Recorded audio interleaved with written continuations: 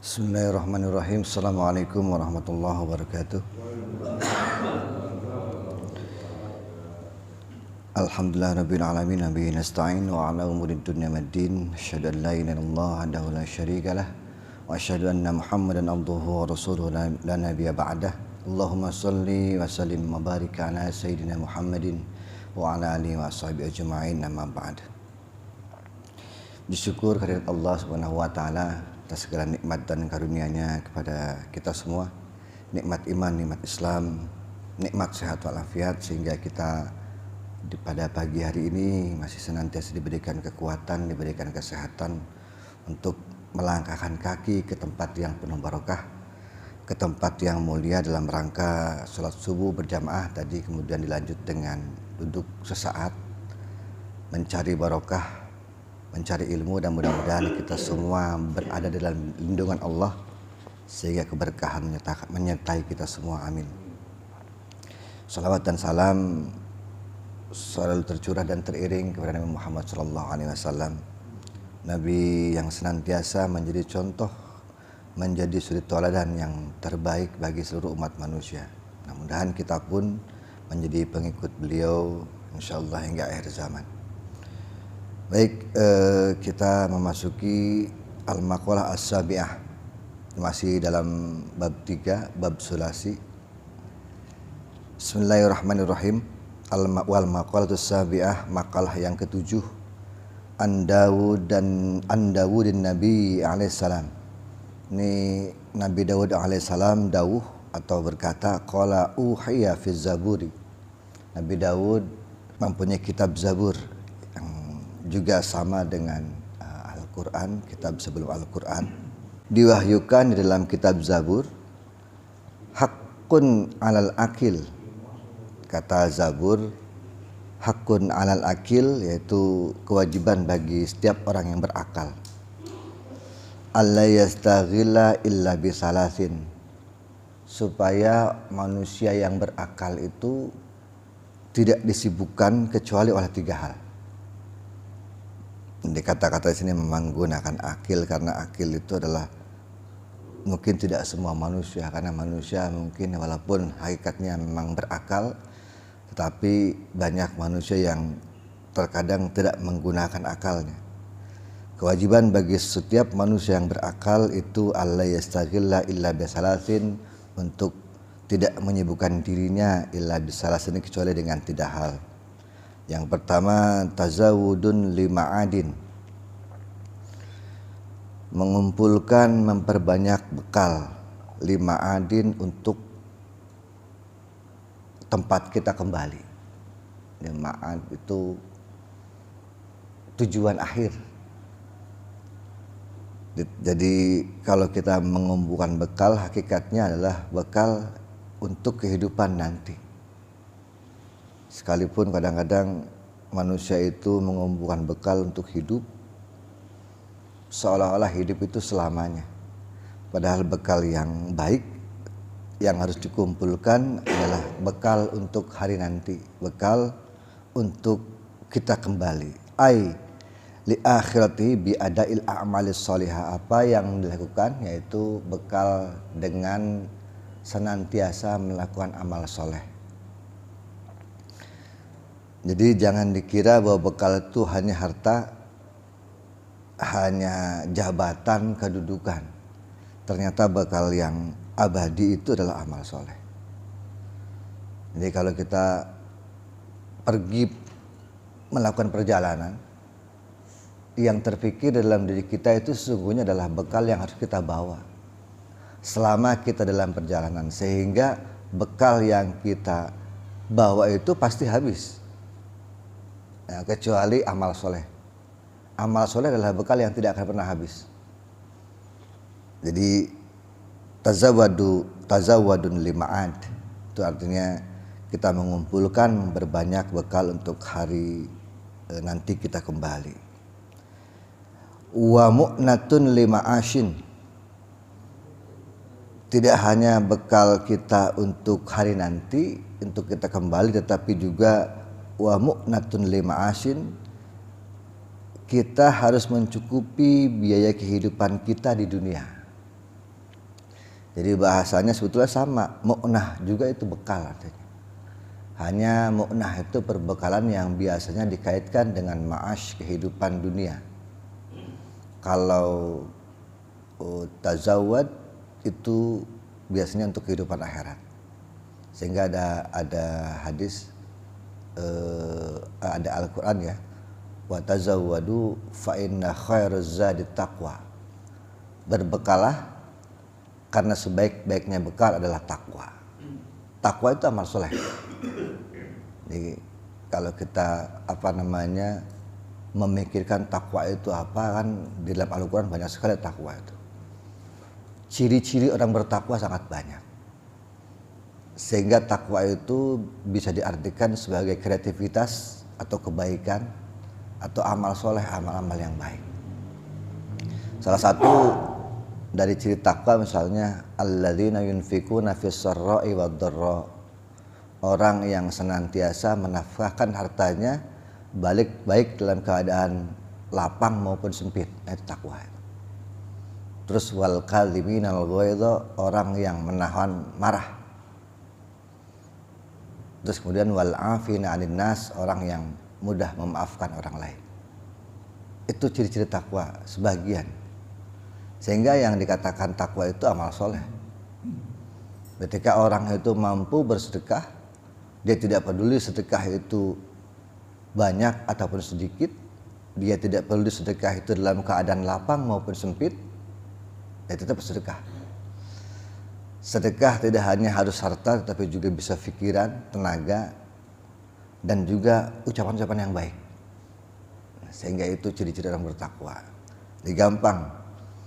Kalau kita melihat ada orang yang suka sedekah, nggak peduli dia lagi punya duit atau tidak, tetapi dia senang sedekah, nah, itu adalah ciri-ciri orang takwa. Kemudian orang yang mudah menahan marah, wal kadhiminal ghaidha. Ya pokoknya jarang marah orang itu. Dia menahan hawa nafsunya, menahan amarahnya. Dan wal afina 'anil nas, memaafkan orang lain. Sehingga bekal takwa itu adalah bekal yang terbaik.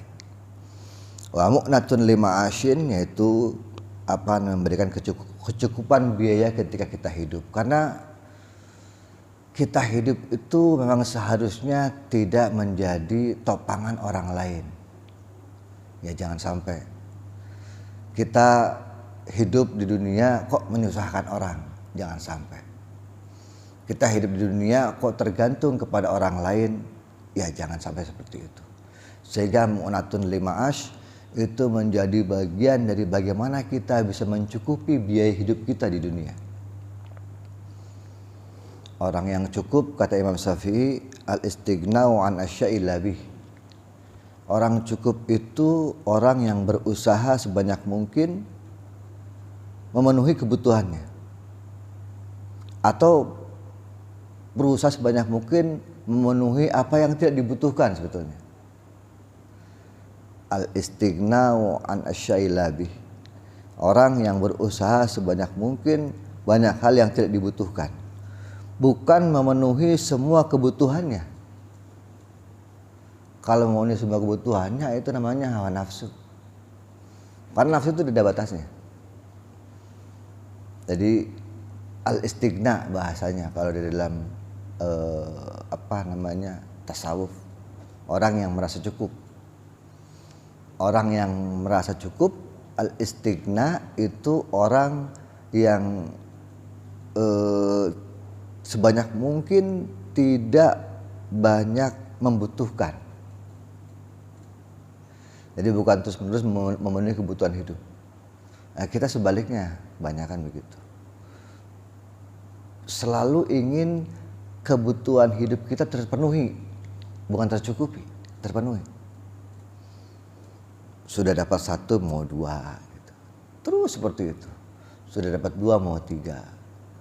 Sehingga ketika kita mengikuti semua apa yang kita butuhkan, sama dengan mengikuti hawa nafsu. Tetapi berbeda ketika disebut istighna, orang yang tidak mau banyak kebutuhan. Tidak ingin banyak kebutuhan kecuali tercukupi kebutuhan hidupnya. Nah, itu yang dimaksud dengan mu'natun lima'ash.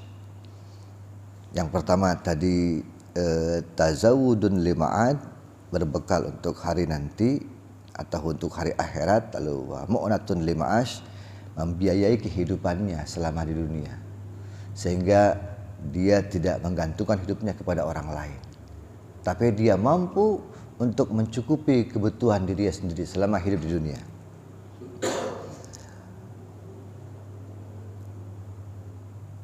Wa fi ibaratin,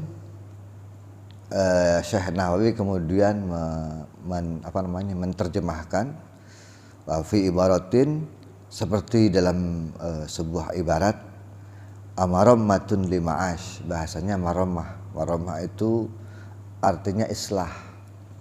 Bagaimana kehidupan kita di dunia itu semakin baik,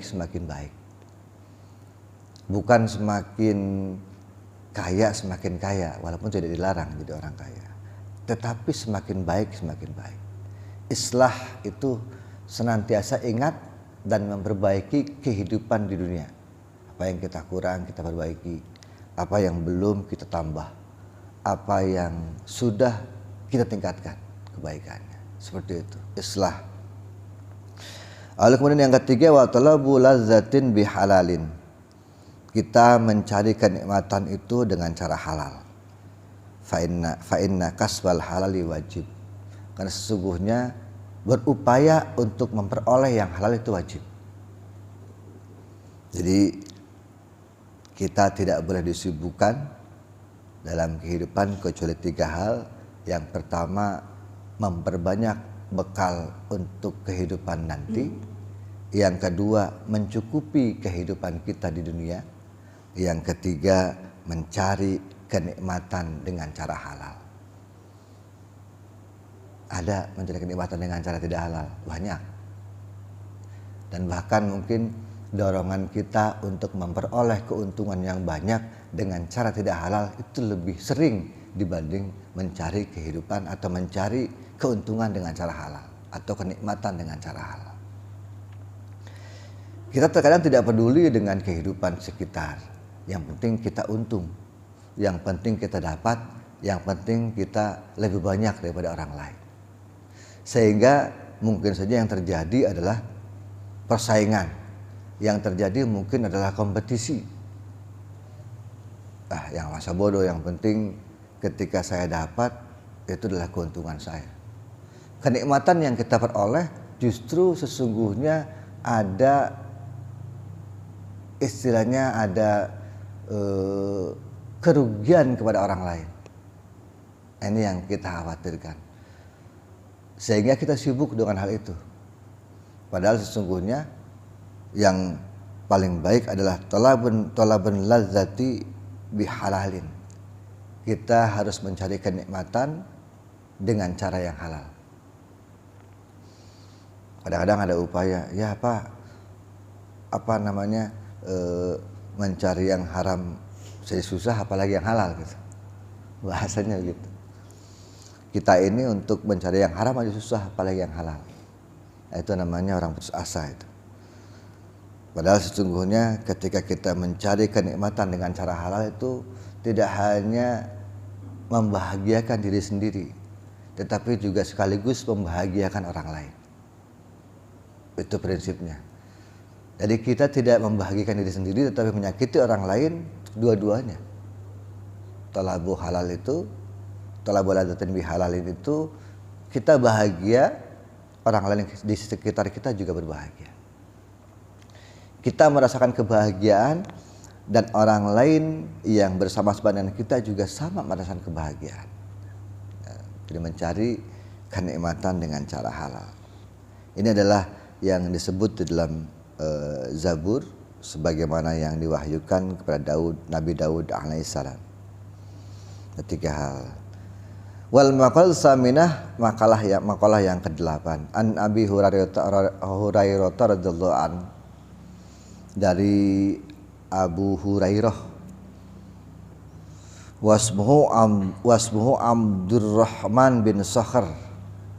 Aslinya nama Abu Hurairah itu adalah Abdurrahman bin Sakhr. Kita mungkin jarang tahu. Taunya kita Abu Hurairah saja. Itu adalah nama lakop, nama panggilan. Karena konon katanya Abu Hurairah itu orang yang punya banyak kucing gitu, sehingga disebut Abu Hurairah bapaknya kucing dan sangat senang dengan kucing. Jadi Abu Hurairah nama aslinya adalah Abdurrahman bin Sakhr. Annahu qala Nabi sallallahu alaihi wasallam, beliau mengungkapkan kata-kata atau hadis yang berasal dari Nabi Muhammad sallallahu alaihi wasallam, salasun munjiyat. Kata Nabi, ada 3 hal yang menyelamatkan. Wa salasun muhlikat, ada 3 hal yang membinasakan atau merusak. Wa salasun darajat, ada juga 3 hal yang mengangkat derajat kamu nanti di akhirat. Wa salasun kafarat, ada 3 hal yang dapat mengampuni dosa kita atau menjadi kafarat. Apa saja itu? Amal munjiyatu fa khasyyatullahi ta'ala fis sirri wal alaniyah. Yang pertama yang dimaksud dengan hal yang menyelamatkan itu adalah khasyatullah ta'ala fis sirri wal alaniyah. Takut kepada Allah baik dalam keadaan sembunyi-sembunyi maupun terang-terangan. Di sini Syekh Nawawi mengutip kenapa kemudian yang sir didahulukan dengan alaniyah. Sir itu sembunyi-sembunyi, alaniyah itu terang-terangan. Kenapa banyak juga di Al-Quran kalimat-kalimat yang sir itu didahulukan. Sedekah itu boleh dengan sir dan alaniyah. Sedekah itu boleh dengan cara terang-terangan dan sembunyi-sembunyi, boleh. Jadi kadang-kadang kita salah berasumsi orang sedekah itu seolah-olah tangan kiri kita tidak tahu ketika tangan kita sedekah. Padahal sesungguhnya sedekah itu boleh dengan sir, boleh dengan alaniyah. Sedekah itu boleh secara sembunyi-sembunyi dan terang-terangan, keduanya boleh. Kebiasaan Ali bin Abi Thalib itu ketika mengamalkan Al-Quran, kan ada ayat yang bicara tentang masalah sedekah itu ada 4, siang, malam, sembunyi-sembunyi dan terang-terangan. Jadi misalnya Ali punya duit 200.000, 50.000 dia sumbangkan di siang hari, lalu kemudian 50.000 disumbangkan di malam hari. 50.000 disumbangkan dengan cara terang-terangan, 50.000 disumbangkan dengan cara sembunyi-sembunyi. Jadi 4 bentuk sedekah yang dilakukan oleh Ali bin Abi Thalib. Saking beliau memahami Al-Quran seperti itu. Karena sedekah itu bisa malam, bisa siang, bisa terang-terangan, dan bisa sembunyi-sembunyi. Jadi itu yang dilakukan setiap hari. Yang diingat oleh beliau adalah sedekah. Saking pengen mengamalkan Al-Quran dan memahami Al-Quran, ketika disebut di dalam Al-Quran bahwa bersedekah itu di malam hari, di siang hari, sembunyi-sembunyi dan terang-terangan, sehingga itu dibagi 4. Ya kalau punya duit 200.000, ya kira-kira 50.000 dibagi 4. 4 kali beliau sedekah di siang hari, di malam hari, sembunyi-sembunyi dan terang-terangan. Terus seperti itu. Nah, mudah-mudahan kita pun mengikuti seperti itu, terbiasa dengan membagi itu. Jadi sedekah jangan kemudian dianggap sebagai satu hal yang sembunyi-sembunyi. Kadang-kadang salah kaprah orang ketika sudah sedekah lalu meminta kepada panitia, tolong disebutnya hamba Allah saja, dengan harapan bahwa yang dimaksud itu adalah orang tidak tahu kita sedekah. Padahal sesungguhnya panitia sudah tahu bahwa yang ngasih itu si A. Tetapi kita bilang ke panitia, ya pokoknya sebut saja hamba Allah. Jadi seolah dalam hatinya gini, bahwa itu adalah sedekah yang dia itu tidak pengen diketahui orang lain, atau kamu memang tidak pengen tidak disebut, seolah-olah bahwa orang tidak tahu. Padahal udah tahu sebetulnya. Yang dimaksud dengan sedekah sembunyi-sembunyi tidak seperti itu. Bukan ketika kita menyumbang masjid, lalu kemudian bilang ke panitia, nanti tolong sebut saja sumbangannya sekian juta, tapi hamba Allah. Akhirnya salah kaprah. Orangnya udah tahu kok. Panitia masjid itu sudah tahu yang nyumbang adalah si A. Kenapa tidak disebut saja langsung? Haji Fulan, sumbangan 10 juta. Kenapa? Untuk memotivasi orang lain. Selama bahwa dalam hati kita niatnya tidak untuk sombong. Selama bahwa kita ini bersedekah, ya ikhlas saja sudah. Dengan menyebut nama berarti kita sedekahnya dengan cara alan ya. Tidak dengan cara sir. Dengan cara terang-terangan. Toh karena kalau kita menyumbang masjid itu orang semua tahu. Kalau pengen sedekah yang sembunyi-sembunyi tidak seperti itu. Ada seorang wali, seorang ulama, cucu Nabi, Ali Zainal Abidin namanya. Ali Zainal Abidin itu orang sufi besar. Dia seorang tasawuf. Ketika semasa hidupnya, dia itu orang yang senantiasa menyambangi janda-janda miskin. Tiap malam dia menaruh sekarung gandum di rumahnya. Beberapa orang yang dianggap oleh dia itu tidak mampu, orang-orang miskin, disimpan gandum di depan rumahnya tiap malam. Suatu hari Zainal Abidin wafat. Lalu beberapa orang kampung ini merasa setelah wafat, jadi tidak tahu siapa yang memberi gandum itu. Baru mereka sadar setelah Sayyidina Ali Zainal Abidin wafat. Seminggu, 2 minggu kok tidak ada lagi orang yang menaruh gandum di rumahnya. Ternyata begitu beliau sadar, mereka sadar bahwa ternyata orang yang membawa gandum itu adalah Syekh Ali Zainal Abidin, cucu Nabi Muhammad SAW. Itu adalah sedekah yang sir, tidak diketahui. Mereka baru tahu dan sadar ketika sekian lama kok tidak ada lagi yang mengantarkan gandum ke rumahnya. Ternyata ketika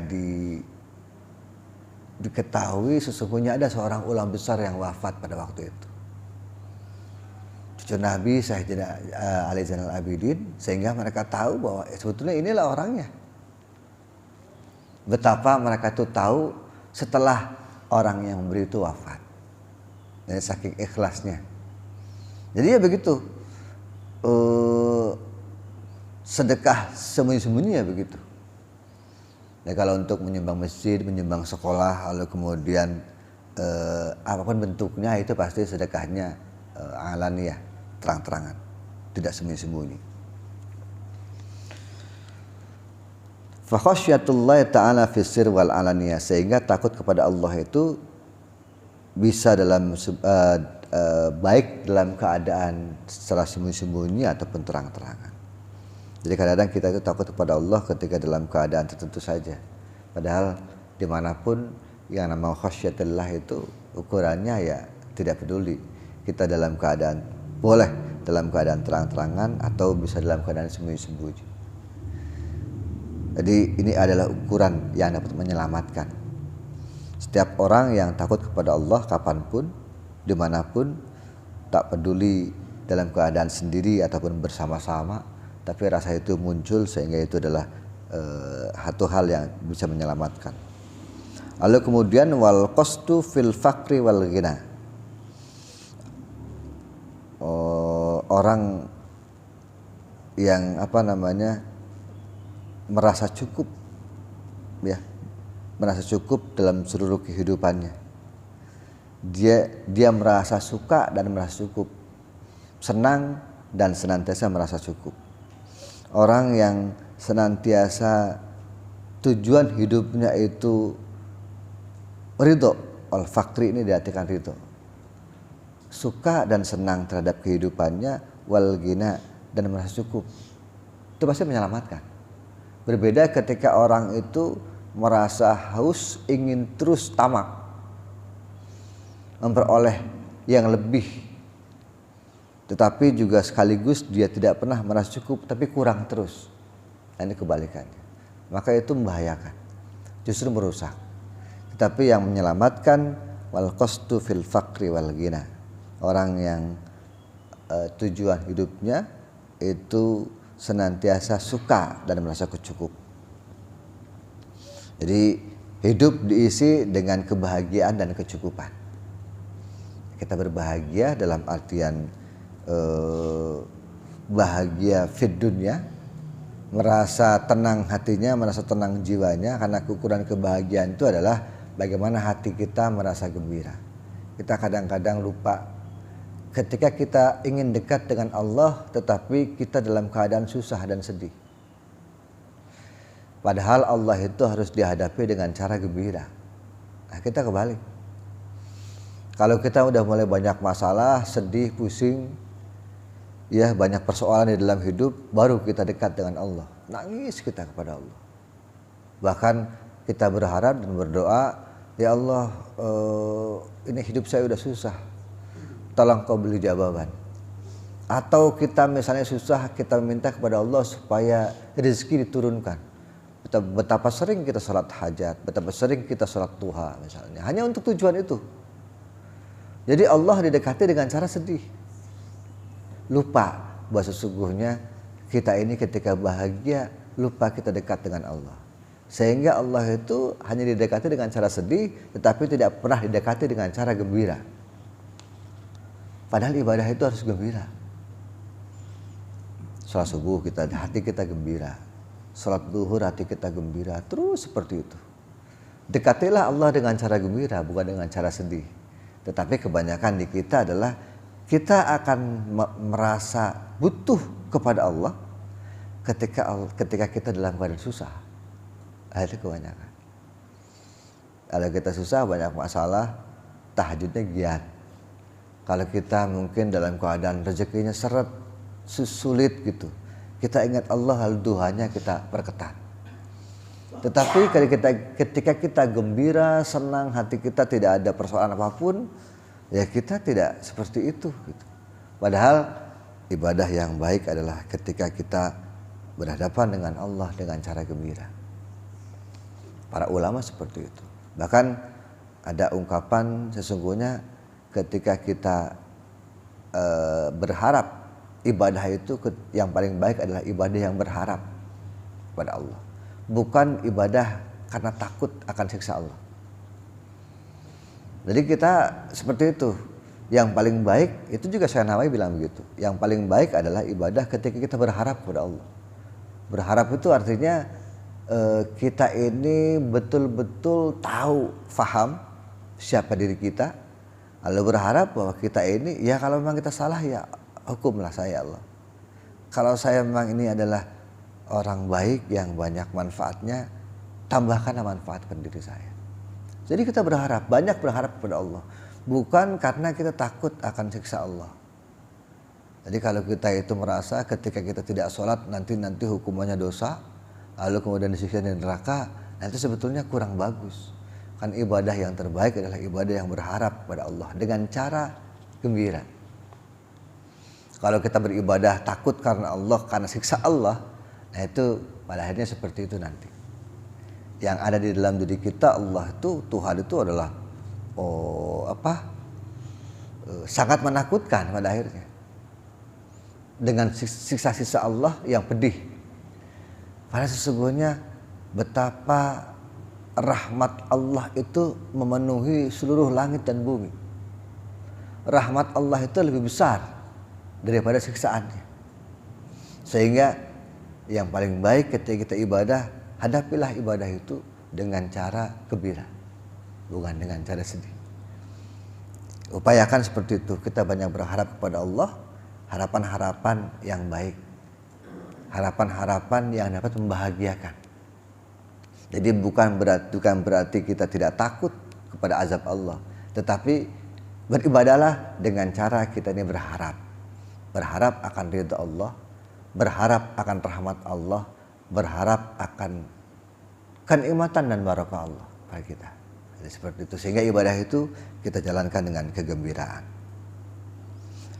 Lalu kemudian wal adlu fir ridha wal ghadab. Ini 3 hal yang menyelamatkan. Yang ketiga adalah berbuat adil dalam keadaan suka dan benci. Kita kadang-kadang ketika menjadi seorang pemimpin, kita akan adil kepada orang yang kita sukai. Lupa bahwa sesungguhnya adil itu berlaku dalam 2 kondisi. Dalam anak pun begitu. Kadang-kadang kita terlalu suka kepada satu anak. Kita punya anak 2 atau 3 misalnya. Itu mesti aja ada satu anak yang kita sukai. Sehingga terkadang ketika kita ingin berbuat adil, itu tidak adil antara satu anak kepada anak yang lainnya. Kita cenderung merasa anak kita yang pertama ini karena dia pinter, dia nurut sama orang tua, dia banyak bakti sama orang tua, banyak membela orang tua, sehingga kita memberikan hal yang lebih kepada anak itu dan kita mengurangi kepada anak kita yang lain. Kita suka adil itu karena alasan suka. Pada sesungguhnya sekalipun kita dalam keadaan tidak suka, dalam keadaan marah, adil itu adalah perlu. Sebab inilah yang menyelamatkan. Salah satu yang menyelamatkan hidup. Wal adil firda wal ghadab. Pemimpin pun seperti itu mestinya.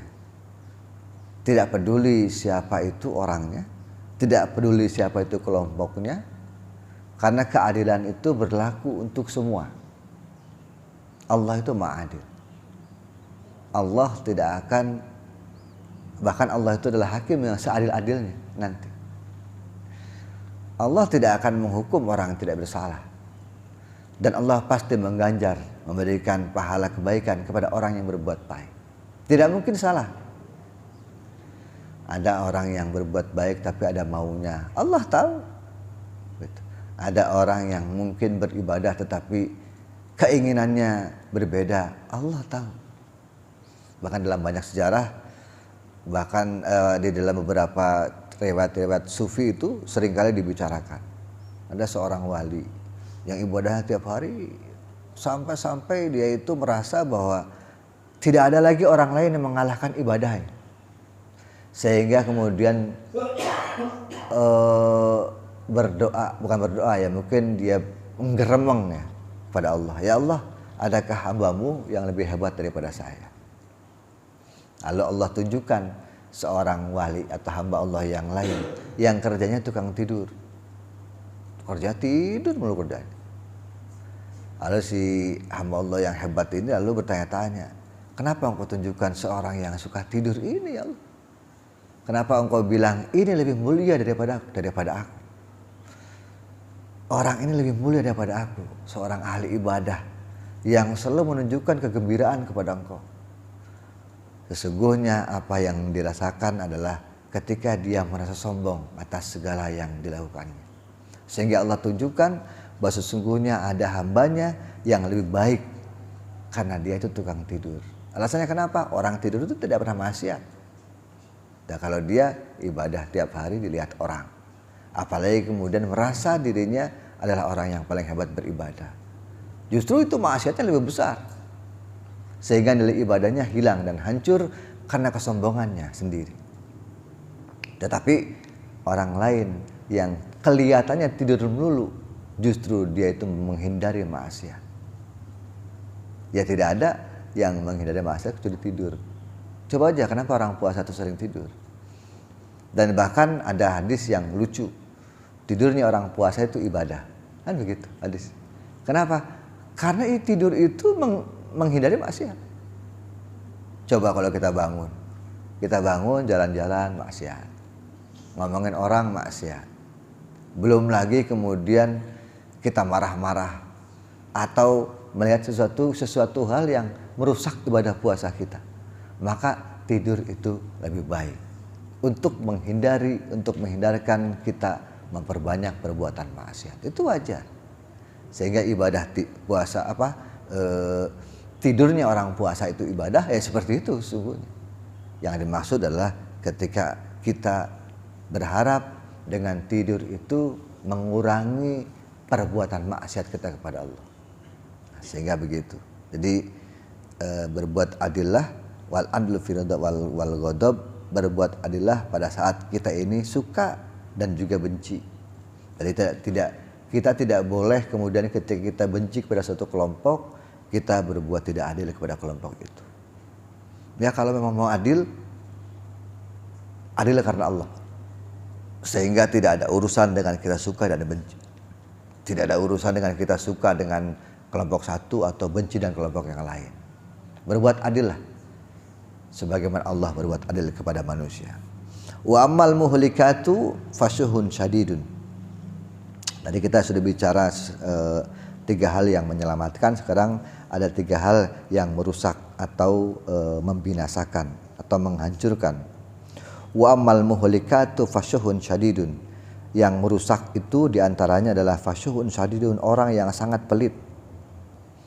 Pelit itu bakhilun syadidun fala yuaddi ma'alaihi min haqqillahi ta'ala wa haqqul khalq. Orang yang pelit itu orang yang tidak memenuhi hak Allah dan hak manusia. Pada dasarnya manusia itu pelit. Pada dasarnya secara inherent, secara tabiat manusia itu kikir. Tapi ada kikir yang muta', ada yang ghair muta'. Ada yang diikuti, ada yang tidak diikuti.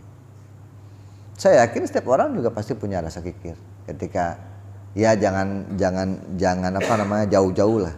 Ketika ada pengamen, itu orang ngamen biasanya maghrib, ya kan? Menjelang maghrib ngamen, berisik lagi. Mau nggak kita ngasih kepada mereka? Yang ada kita ngumpat. Gak bakal ngasih mereka. Ngapain? Udah mau maghrib. Rasa kikir itu muncul dalam diri kita. Atau misalnya sederhananya ketika kita ini dipinjam duit sama orang, itu gampang. Pasti kita tidak mikir-mikir dulu. Padahal kita duit ada, mikir-mikir dulu. Kasih apa enggak? Enggak. Wong kita aja butuh. Apalagi orang itu sering minjem ke kita. Udah gitu sering minjem, bayarnya lama lagi. Misalnya. Itu pasti. Rasa kikir itu adalah bawaan, tabiat. Tetapi di sini adalah syuhun syadid. Orang kikirnya kebangetan. Gitu. Jangankan ngasih ke anak, ke saudara pun enggak. Yang ada disimpan terus. Punya duit disimpan terus. Dalam pikiran dan hatinya ketika duit disimpan terus ini kemudian suatu saat uang ini bisa berguna nanti. Dia nggak tahu dan nggak sadar bahwa sesungguhnya umur itu di tangan Allah. Sehingga yang bahayanya adalah ketika kita sudah mengumpulkan banyak harta lalu kita mati tiba-tiba. Maka harta itu menjadi rebutan saudara-saudaranya, menjadi rebutan anak-anak. Lupa bahwa sesungguhnya harta yang kita peroleh itu adalah amanah dari Allah. Amanah untuk kita pergunakan di jalan Allah. Ya tadi di awal tadi untuk memenuhi biaya kehidupan kita di dunia. Sehingga kikir itu adalah menjadi bagian yang melekat. Maka kata Syekh Nawawi fi riwayatin fasuhun muta'un ay bakhilun yuti'uhul insan. Ada kikir yang diikuti. Ini adalah kikir yang sebetulnya melekat di dalam diri manusia. Amma law kana al-bakhlu mawjudan fin nafsi ghairi muta' fala yakunu muhlikan di annahu min sifatil lil azmat minas sifatil lazimah lin nafs. Jadi kalau kikir itu tidak diikuti ya tidak apa-apa karena ini adalah tidak akan merusak. Jadi kalau kikirnya itu tidak ghairu muta, tidak diikuti ya tidak merusak karena itu adalah tabiat. Tapi ada kikir yang diikuti terus. Kita ini sudah sama tabiatnya kikir tapi kita mengikuti rasa kikir itu. Membiarkan rasa kikir itu tumbuh dalam diri kita sehingga ketika ditumpuk fasuhun syadid, sangat kikir pada akhirnya. Manusia kalau sudah pelit banget, waduh susah. Karena orang pelit itu jauh dari Allah, jauh dari manusia. Ya kan? Orang bakhil itu jauh dari Allah, jauh dari manusia. Tapi orang dermawan itu dekat dengan Allah, dekat dengan manusia. Ya pilihannya itu aja. Mau jadi orang yang jauh dengan orang lain, ya kikir saja, gampang. Jadilah orang pelit, karena orang pelit itu pasti akan dijauhi orang lain. Dan juga jauh dari Allah. Kenapa? Itu namanya syuhun muta'. Kita punya rasa kikir tapi dibiarkan dan diikuti rasa kikir itu. Tapi kalau kita punya rasa kikir tapi tidak diikuti tabiat itu, sekalipun itu memang melekat dalam diri manusia, ya tidak apa-apa. Itu ghairu muhlikat, tidak merusak. Yang merusak itu adalah kikir yang sangat.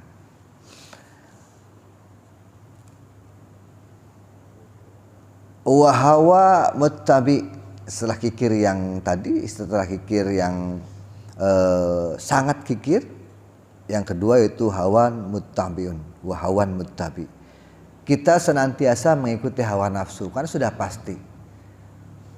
Rusaknya langit, rusaknya bumi itu karena hawa nafsu yang kita ikuti. Doharul fasadu fil barri wal bahri bima kasabat aidin nas. Jelasnya kerusakan apa-apa yang di laut, di daratan, yang di lautan itu adalah akibat daripada ulah manusia. Kenapa? Karena hawa nafsunya. Orang yang selalu mengikuti hawa nafsu itu pasti rusak bumi dan seisinya, rusak lautan dan daratan, rusak langit dan bumi. Kalau orang cenderung mengikuti hawa nafsu. Karena bagaimanapun juga ketika orang itu diberi nafsu oleh Allah, maka nafsu yang terbaik adalah nafsu yang dirahmati oleh Allah, bukan nafsu yang diikuti. Ya bayangkan tadi ketika kita itu merasa tidak cukup, ingin terus kemudian memenuhi seluruh kebutuhan hidup kita, maka itu namanya mengikuti hawa nafsu. Nafsu itu tidak ada batasnya, nggak ada batasnya. Mau sampai kapanpun juga orang yang memiliki nafsu tidak pernah ada batasnya, selalu kurang terus. Sehingga hawan muttabi, mengikuti hawa nafsu itu pasti rusak. Tetapi kalau kita kemudian mengarahkan nafsu kita kepada yang baik-baik, maka itu justru bukan merusak, tapi memberi manfaat. Ya karena tidak mungkin manusia itu pasti diberi nafsu. Ya, bagaimana kita tidak diberi nafsu? Kita kalau lapar makan. Kalau kita kemudian pengen punya banyak uang, kita bekerja, itu nafsu. Kita kemudian nikah, itu juga nafsu.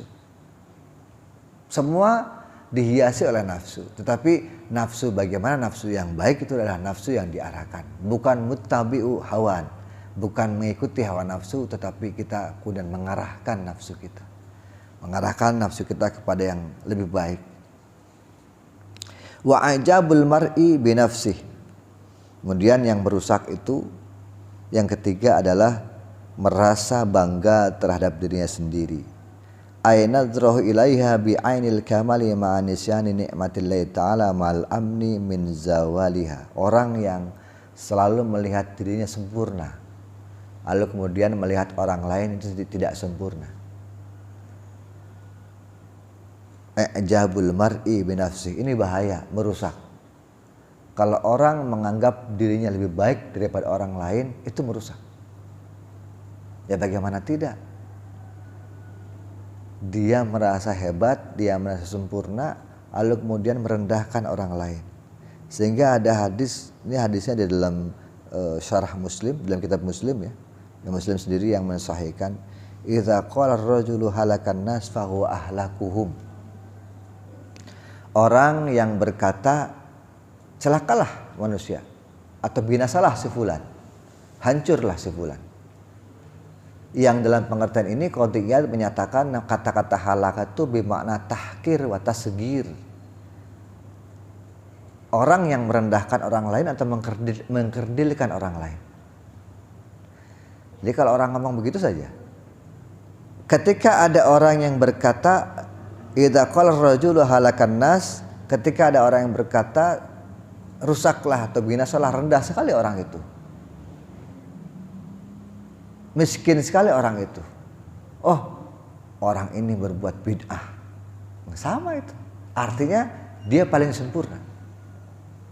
Ngapain begitu-begituan? Itu gak ada ajarannya.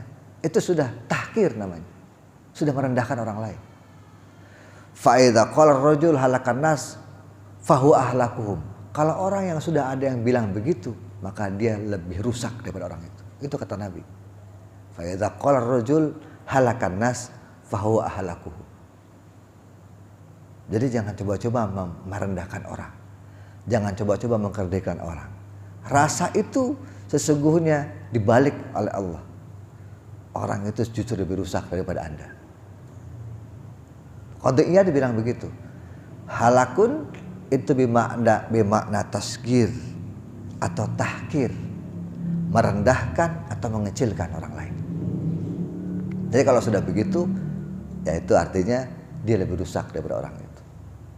Jangan pernah bilang seperti itu. Apalagi sekarang musim begitu. Wah, orang yang begitu melakukan begitu bid'ah, itu sama dengan mengkerdilkan orang lain. Orang melakukan ini datang-datang ke sini ke ulama, apain? Nah, itu tidak ada dalam ajarannya itu bid'ah. Itu namanya tahkir. Maka Nabi bilang, fa idza qala ar-rajul halakan nas fa huwa ahlakuhu. Orang yang merendahkan orang lain, yang kemudian mendoakan orang lain seperti itu, justru dia lebih bahaya. Dia lebih rendah, lebih rusak daripada orang itu. Jadi tidak boleh wa ajabul mar'i bi nafsihi, itu hal yang merusak. Wa man darajat, adapun yang akan mengangkat derajat kita di akhirat nanti fa ifsa'us salam, orang yang senantiasa mengucapkan salam. Jadi jangan dianggap remeh bilang assalamualaikum di jalan, itu ketemu dengan orang yang Anda kenal dan tidak Anda kenal. Ketika kita merasa ingin mengucapkan assalamualaikum, itu adalah hal yang dapat mengangkat derajat kita nanti di akhirat. Jadi ifsa'us salam itu luar biasa pahalanya. Bahkan ini adalah bagian daripada kata-kata Nabi ketika Nabi sampai di Madinah waktu hijrah. Ada hal kata Nabi, wa ifsa'us salam, tebarkanlah keselamatan, tebarkanlah kebaikan. Karena ketika kita dengan mengucapkan assalamualaikum, kita mendoakan orang itu. Artinya kita ini menyelamatkan. Doa dengan menyelamatkan orang lain. Assalamualaikum, mudah-mudahan Allah memberikan keselamatan kepada Anda. Kan begitu, itu doa. Sehingga kita kepada siapapun kita bertemu, ya salam saja. Karena ucapan assalamualaikum itu bisa mengangkat derajat kita nanti di akhirat. Lalu yang kedua, wassalatu billaili wan nasu niyam. Wa it'amut ta'am dulu. Yang kedua, it'amut ta'am, memberikan makan kepada orang lain. Memberi makan itu tidak hanya kepada keluarga sendiri, itu suatu kewajiban, tetapi juga kita memberi makan kepada tamu-tamu kita. Itu juga bisa, salah satunya memberi it'amut ta'am atau kepada orang-orang yang tidak mampu. Ya, tetangga kita yang susah, kanan kiri kita ada yang kekurangan, ya kita kasihlah. It'amut ta'am itu dalam pengertian memang tidak harus memberi makan yang bisa dimakan, tetapi juga kita membantu orang lain.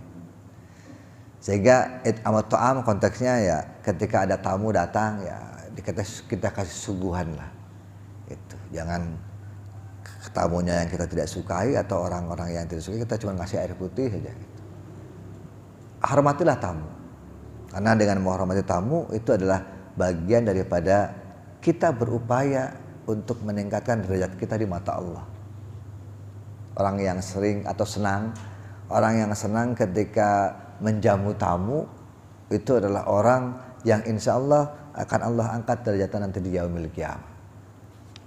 Jadi it'amut ta'am itu adalah bagian dari yang dapat mengangkat derajat kita nanti di yaumil qiyamah. Lalu kemudian yang ketiga, wassalatu billaili wan nasu niyam.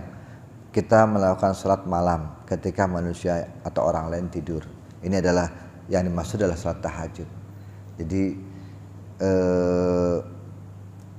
kita menebarkan salam, mengucapkan salam. Yang pertama yang dapat mengangkat derajat manusia. Kemudian yang kedua adalah it'amut ta'am, membantu orang lain, memberi makan kepada, menghormati tamu-tamu kita, lalu kemudian memberi makan kepada fakir miskin, menolong orang-orang yang tidak mampu, lalu kemudian sholat di malam hari pada saat manusia yang lain terlelap tidur. Itu adalah bagian yang dapat mengangkat kita, mengangkat derajat kita nanti di yaumil qiyamah. Wa amal kafarat, lalu kemudian dimaksud dengan kafarat yang dapat menghapus dosa adalah faisbagul wudu'i fis sabarat, orang yang berupaya untuk menyempurnakan wudunya walaupun dalam cuaca yang sangat dingin. Ini jangan sembarangan ketika kita kadang-kadang wudu ketika cuaca dingin tuh cukup dengan yang wajib saja. Adalah begitu kan? Aduh, dingin banget, atau kita dalam keadaan suasana yang kurang enak, kurang nyaman. Kita tidak menyempurnakan wudu kita. hanya sebatas yang wajib saja, yang rukun saja. Sudah cukup kumur-kumur misalnya, lalu kemudian mengusap muka, tangan, dan kaki, selesai. Padahal ada hikmah di balik isbagul wudu. Ada hikmah di balik kenapa kemudian wudu itu harus disempurnakan. Karena ketika kita menyempurnakan wudu kita, itu bisa menjadi kafarat atau penghapus dosa-dosa kita. Kenapa demikian? Karena ya itulah rahasia wudu. Orang kalau sholatnya khusyuk, itu wudunya khusyuk dulu. Coba perhatikan, ketika kita wudu tidak khusyuk, maka sholatnya tidak akan khusyuk. Wudu cuma kecepak doang gitu. Yang penting memenuhi syarat.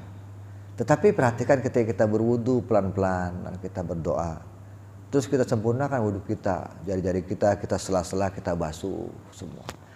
Artinya khusyuk sholat itu tidak dimulai ketika kita takbir, tetapi ketika kita mulai berjalan dari rumah ke tempat wudu, lalu kita menyempurnakan wudu kita dan sholat.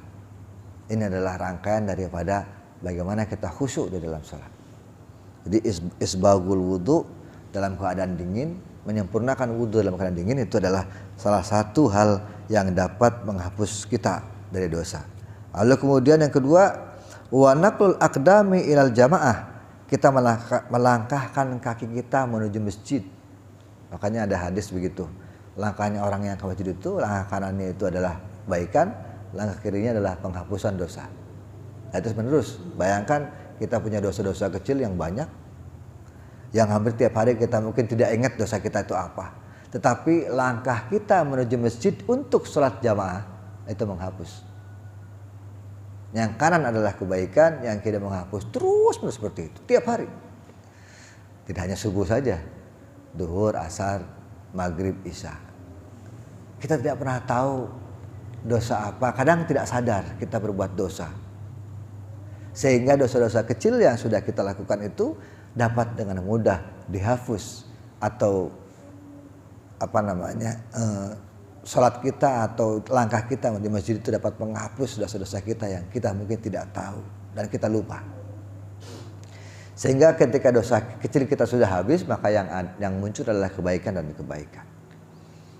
Sehingga itulah yang dimaksud dengan kafarat, bahwa naqlul aqdami ilal jamaah, melangkahkan kaki kita untuk sholat jamaah di masjid, itu adalah dapat menjadi kafarat, dapat menjadi penghapus dosa kita. Lalu kemudian wantidharu sholati ba'da sholat. Ada orang yang menunggu di antara setelah sholat ke sholat yang lain. Kalau kita habis maghrib jamaah, lalu kita duduk sejenak untuk menunggu sholat isya, itu kafarat. Jadi jangan disangka itu hal yang biasa. Itu dapat menghapus dosa. Nah, kalau mau sering-sering begitu. Ketika kita berniat untuk menunggu sholat berikutnya di masjid, duduk berzikir atau ngobrol misalnya, tidak apa-apa. Karena kalau kita niatnya untuk menunggu sholat berikutnya dari maghrib ke isya, kita duduk di masjid, kita mengobrol biasa, obrol yang baik-baik ya, tidak mengobrolkan orang. Niat kita untuk menunggu sholat berikutnya itu bisa menjadi kafarat, penghapus dosa-dosa kita yang mungkin kita tidak tahu, kita lupa, atau kita sengaja dan tidak disengaja, itu terhapus dengan cara kita duduk di masjid menunggu wantidharu sholati ba'da sholat. Kita menunggu untuk sholat yang berikutnya. Liyusalliha fil masjid mithlu intidharu kulli khair, karena sesungguhnya sama dengan kita ini menunggu kebaikan demi kebaikan. Salat itu adalah amal soleh. Ketika kita menunggu amal soleh yang lain, sama dengan kita menjemput kebaikan. Maka wajar ketika kebaikan itu dapat menghapus keburukan. Karena memang begitu. Bahasa Nabi kan, ittaqillaha haitsu ma kunta wa'at bi'is sayyi'atal hasanata tamhuha. Bahasanya, bertakwalah dimanapun kalian berada, dan iringilah, ikutilah perbuatan burukmu dengan perbuatan baik. Kan begitu. Karena perbuatan baik itu bisa menghapus atau bisa menutup tamhuha, perbuatan buruk. Sehingga takwa itu ya begitu. Kita tidak usah rumit-rumit dengan istilah takwa. Ittaqillaha haitsu ma kunta, bertakwa di mana kalian berada. Wa'atbi sayyi'atal hasanata, ikutilah perbuatan burukmu dan perbuatan baik. Sudah selesai. Karena kita ini tidak bisa lepas dari perbuatan buruk, kapanpun, dimanapun. Tetapi ketika kita senantiasa ingat untuk berbuat baik, maka perbuatan baik itu dapat menghapus pelan-pelan perbuatan buruk. Jadi ya seperti itu hidup.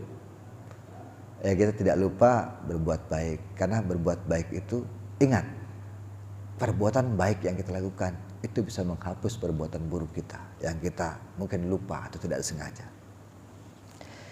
Saya kira demikian. Ini sudah cukup panjang tadi tentang dauhnya Nabi Daud mengenai haknya orang yang berakal. Kemudian ada yang 3 yang tadi merusak, 3 yang menyelamatkan, ada 3 yang bisa menghapus dosa, ada juga 3 hal yang dapat membinasakan manusia. Mudah-mudahan ini menjadi pelajaran hidup untuk kita semua. Ini semua adalah bagian-bagian dari kalimat-kalimat yang diungkapkan oleh hadis, kemudian oleh asar, baik para ulama yang mengungkapkan atau orang-orang tokoh-tokoh penting yang memiliki pengalaman yang lebih banyak daripada kita, dan mereka adalah orang-orang soleh yang insya Allah mungkin dosanya lebih sedikit ya dibanding kita, sehingga wajar ketika kata-kata mereka kemudian dikutip di dalam kitab ini sebagai bagian dari pengingat, bagian dari pelajaran hidup. Mudah-mudahan bisa membawa manfaat untuk kita, bisa membuat hidup kita lebih baik, meningkatkan kebaikan di dalam hidup kita. Demikian. Ada yang ditanyakan barangkali? Nah, tidak ada. Saya kira kita akhiri. Ini mudah-mudahan ada manfaatnya. Mohon maaf atas segala kekurangan. Kita baca doa kifaratul majelis. Subhanakallahumma wa bihamdika asyhadu an la ilaha illa anta astaghfiruka wa atubu ilaik. Wassalamualaikum warahmatullahi wabarakatuh.